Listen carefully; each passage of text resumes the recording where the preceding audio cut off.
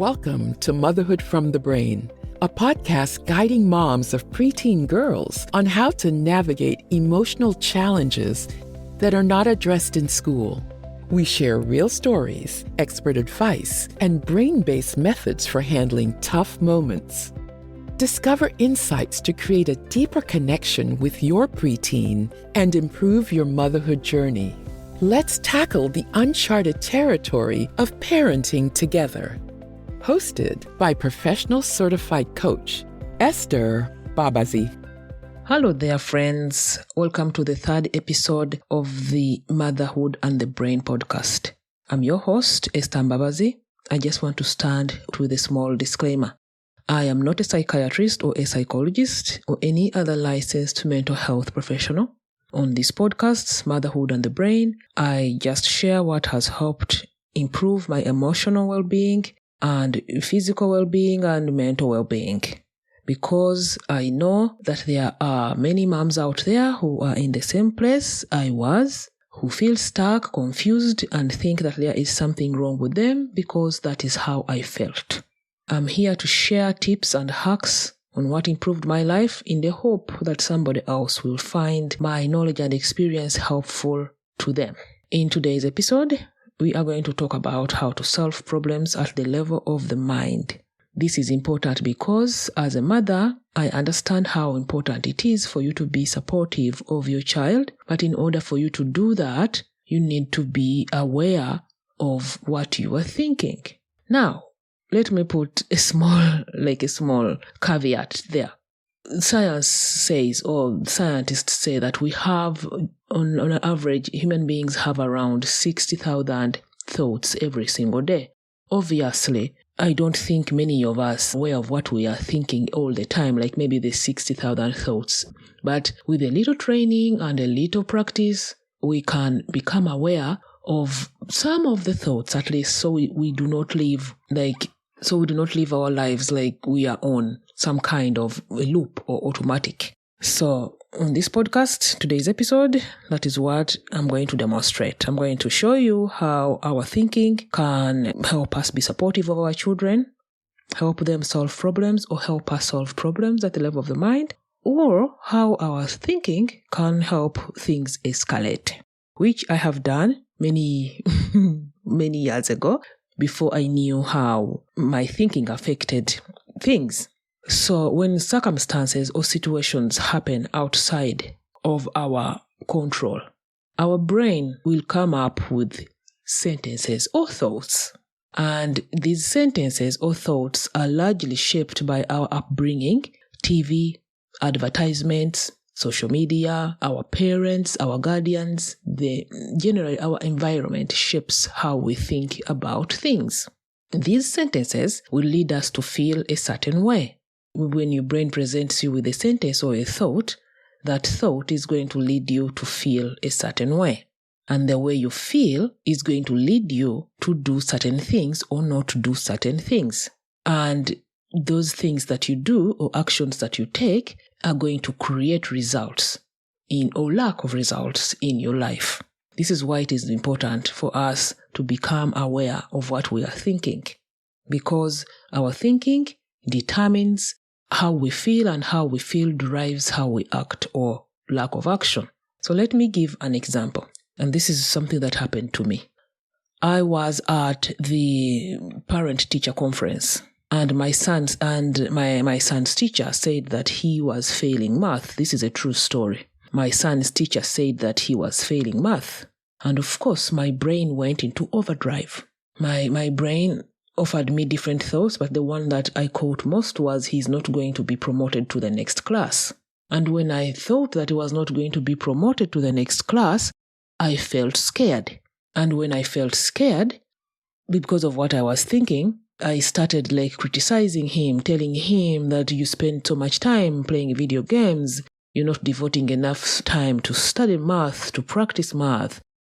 I tried to micromanage him to study, like I was on his back, checking on him to see whether he's studying all the time.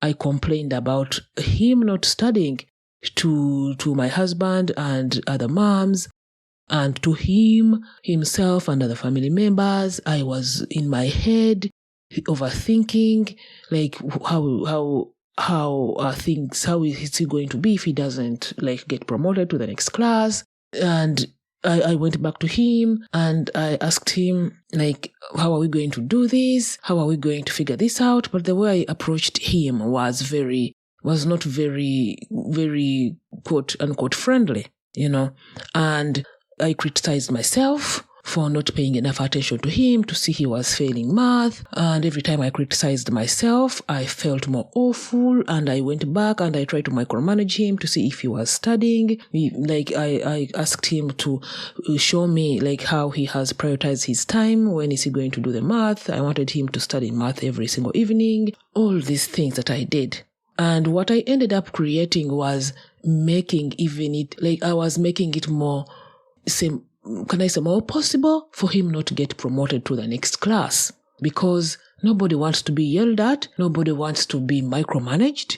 Like, I was on his back trying to kind of force him to study math, and he did not do that, by the way. He did not. So I realized that I was now being part of the problem. The reason why I'm sharing this story is I just want to show you something that really took me some time to understand. And when I finally understood it, it kind of broke my brain. It is not what the teacher said that was making me feel scared. It is what I thought about what the teacher said. Let me repeat. It is not what the teacher said that made me feel scared and do all those things that I mentioned above. It is what I thought about what the teacher said. In other words, when circumstances outside of our control happen, it is not the circumstance that leads us to act a certain way, even though sometimes it looks like that, but it is never the circumstance. It is always what we think about the said circumstance. And what is a circumstance? A circumstance has to be neutral, something that happened, something that we can prove in the court, something that the judge can say that, yes, it happened. A circumstance is not a feeling. It's not like, oh, I feel sad today. No, we need to flash out and find out what really happened. And in order for us to do that, we need to sit down and state exactly what happened. The teacher said, your son is failing math. That is a statement that the teacher made. And when the teacher made that statement, I thought, oh my God, he's not going to get promoted to the next class. He's going to fail. Maybe he will have to do summer school. Maybe we need to find a tutor. All those things. And finding a tutor is not a bad thing. And summer school is not a bad thing either. But it was my approach that was making all these things seem like a bad idea. Let me repeat. It is not what happens outside of us or outside of our control that leads us to feel and act a certain way. It is what we think about what has happened that leads us to feel and act a certain way. Now, I can hear you say, but what do you mean nobody wants their son to fail? Of course, nobody wants their son to fail. But another way, for example, if my friend was in the similar situation and came and talked to me, like, oh, the teacher said my son is failing math, what am I going to do? Like, I could choose to, instead of saying he's not going to get promoted to the next class, I could say, like, how can we help him? And I know that is a question. Every time your brain presents you with a question, always answer it. Do not let questions go around swimming in your brain. They create more confusion and feeling stuck. How are we going to help him? Okay, then we could brainstorm ideas, maybe find a tutor, maybe help him if you are the kind of parent who is good in math. I'm not good in math. But if you're the kind of parent who is good in math, maybe you could sit with your son and help him. Maybe you could even ask your son what is going on, because I did not do that. I was so busy in my brain, feeling scared and ruminating and coming up with ideas. I never even consulted my son to find out, like, what is going on? What is the problem? How can we solve this? Do you need help? I never did that. All I did was be on his back to see how he can study, to see how he can improve his grade and go to the next class. Like, that is all I did. So another way to look at that would be to ask him, like, what can we do? What do you think about what the teacher said? To bring him on board. That is one way. Or another way could be, okay, the teacher said he's failing math. Maybe we could bring a tutor on board. Like I said, maybe we could help him, sit with him at home and do math every evening, or maybe a few times a week. You see, it is the same circumstance. The teacher said my son is failing math, but because I have different thoughts about what the teacher said, I come from different angles and I feel differently depending on what I think. When I felt that he's not going to be promoted to the next class, I felt scared. And I went in micromanage mode. But when I'm more like, okay, how can we help him? Maybe we can help him. I don't want to put a question there. Like when there's a circumstance in life, never go around with a question. Your brain presents you with a question, always answer it. Okay, how are we going to help him? Maybe we can hire a tutor. Maybe we can ask him. Then I'm more curious because when I want to ask him, I'm curious. I'm not scared. I'm curious, and curiosity creates connection. Like when I ask him, I'm open. I'm not judgmental. I'm open-minded. I'm willing to listen to him, and this is what creates connection. So long story short, I got coached a ton on that situation. I got coached a ton, and I was able to see where my brain was leading me astray. And long story short, we ended up hiring a tutor. We found a university student, an second-year engineering student, who was very good, of course, in math, and he tutored him. Is that a word? Tutored? He helped him a few times a week, and he was able to improve his grade and go to the next class. All the other drama was totally unnecessary and distressing and only escalating the situation. Because my son told me, I will not read as long as you are on my back like that. And I had to pull away. So what I want to show you is sometimes we get in micromanage mode because we are scared. Our animal brain, some people call it the lizard brain, is freaked out. It thinks, oh my God, he's not going to be promoted to the next class. Maybe how is he going to thrive in the world if he's not promoted? What does it mean about me as a parent if my child is not promoted? Like these are the things that lead us to become micromanagers because we are scared and we make things mean things. We make situations mean things about us, and it is never about us. It is never about us. Even though the brain likes to present it like that, it is never about us. When we make things mean things about ourselves, that is how we get into micromanage mode, and we start micromanaging and we create resistance and we end up like escalating the whole situation.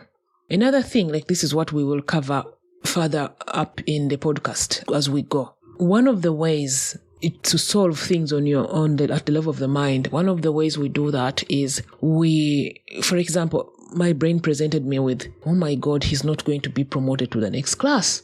And one of the ways to solve that is to question it, like to question my brain. Okay, brain, so what if he's not going to be promoted? So what? So what if he's going to repeat a class? Like what is wrong with repeating a class? What am I making it mean? Am I making it mean I'm a bad mother? Again, I'm back at making things mean things about us.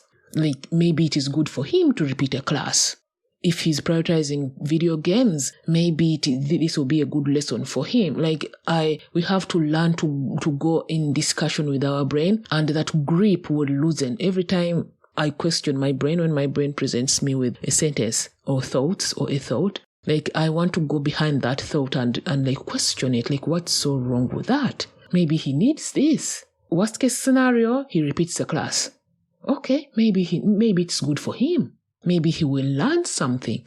Maybe he will learn math. Maybe there are things he did not understand. Maybe it will be good for him. There's a reason there's like summer class and children repeat classes. There's a reason they do that. This is to calm the brain down, not to let the brain be on a rampage, like running around and like recycling sentences. But he didn't have to do that. Like I said, we had a student who helped him and he improved his grades and he went to the next class and like he's been improving and improving and improving. So there you have it, moms. When things happen in your life, your child does something that is outside of your control, you have to look at it objectively. Don't add emotion. State what exactly happened. Exactly what happened. Not what you think of what happened, but what happened. Then look at how you interpret what happened. What do you think of what happened? What you think of what happened is going to lead you to feel a certain way. And the way you feel is going to lead you to do or not do certain things. And those things that you do or don't do are going to create results in your life. Like I said earlier, when I sat down and I looked at what I was doing because of what I was thinking and how I was feeling, I was making it even more possible for my son to repeat a class or go to summer school.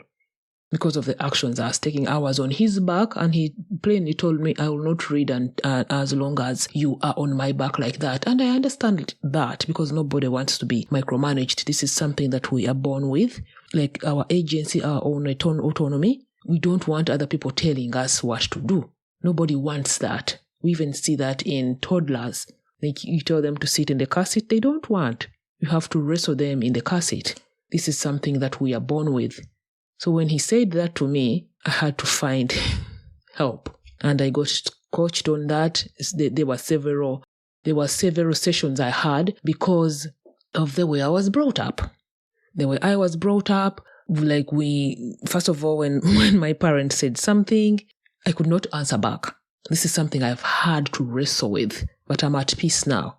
Like, in my environment, in my society where I grew up, there's nothing like talking back to a parent. Nothing like that. So I have had to wrestle with that, to understand that, and to let that go. And where I came from, like, education was very important. I think when I look back when I was growing up, all the conversations in my home and in our environment revolved around education, revolved around how we needed to be good in class, how we needed to be good, have good grades, how we needed, like, I have had to resolve and reconcile all these things that I grew up with. I have got coached a ton, like we say. We normally say that I got coached a ton. I was coached a ton to see. This is what I say, that our thinking is shaped by our upbringing and our parents and the TV you watch and advertisement and all these things. They shape how we think about things. There you have it. Next time something happens, sit down and see what kind of sentence it brings up and try to allocate in your body how you feel because of what you think and how you approach the said situation. And you will slowly, if you are attentive enough, slowly you will begin to see how this is either improving your situation or escalating the situation. Have a nice day, everybody. Talk to you again next time. Bye, everyone. Thank you for tuning in to today's episode. Your time means the world to us. If you found this episode valuable, we would be immensely grateful if you could spare a moment to visit Apple Podcasts and share your thoughts through a review. Your feedback plays a vital role in helping fellow moms discover our podcast and enrich their own motherhood experiences. Take care, and bye for now.